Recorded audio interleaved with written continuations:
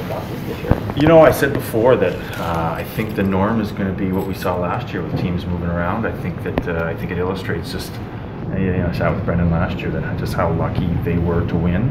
They had an 80% chance of not winning, and I think what we saw this year is going to be normal for the lottery. I mean, our best chance was to move down, and we did. So, having said that, we're excited about the draft. We think we're going to get a great player, and you know, we're obviously looking at the whole draft as an opportunity to add to our young prospect group, which we're excited about, and we'll look forward to, we'll do our work here leading up to the draft and get ready for draft in June. Does picking Seth change your philosophy at all in terms of moving up or down? You know what? I mean, that's there'll be lots of discussion around draft. If you recall, the floor last year was quite the scene. I'm sure it will be this year again.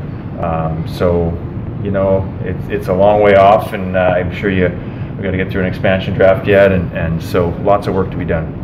Yeah, how do you anticipate the expansion draft changing things in the next month and a half? You know, it's a real unique year in that, and I think it's had an effect on teams and their decisions since September. You know, right out of training camp, making sure they had, the proper pieces that they could make available.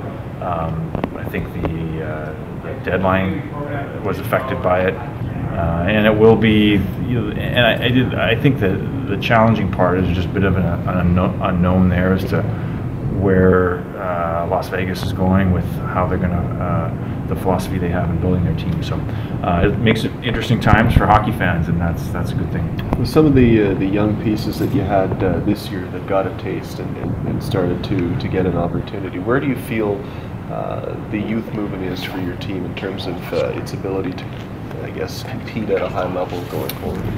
You know, I think that we're excited about the young players that we have. Obviously, I think of the two players we acquired at deadline, and Jonathan Dahlen and Goldobin. I think of Brock Besser, coming in and playing well. We need to be patient. These players we need to take our time and make sure they're ready to go. And we've got great alignment organizationally, full support from ownership. They understand where we are. They understand the challenges ahead. We're excited about Travis coming in and working with our young group, and the challenge is just to continue to build on that group. We're starting to see a nice group of young prospects. Some are ready, some aren't. I'm excited about the growth of where Bo can take his game, and obviously a young player like Ben Hutton and Troy Stetcher, and so there's lots to be excited about in Vancouver. You mentioned Travis. What is his style? How does that impact what kind of player you're taking in? You know what? We've got our guys have worked their tails off all year, and excited about meeting with our scouts and talking about where we find ourselves. And Travis is good with young players. He certainly instills a program that's built around accountability and preparation, and so that's exciting. And you soldier on and do the work necessary and have a good draft at the end of the day.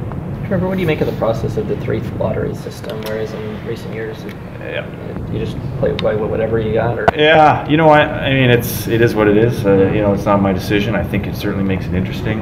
I'm sure if you ask the teams that jumped up 10 spots, they're pretty happy with it. If you ask the teams that dropped, they're probably not so happy with it. But you know what? I think in any draft, it's about certainly picking a good player in the first round, but it's about doing a good job throughout the draft, and that's our focus. So, we've been able to see some good success in the later rounds, and we'll continue to do that. Based on the conversation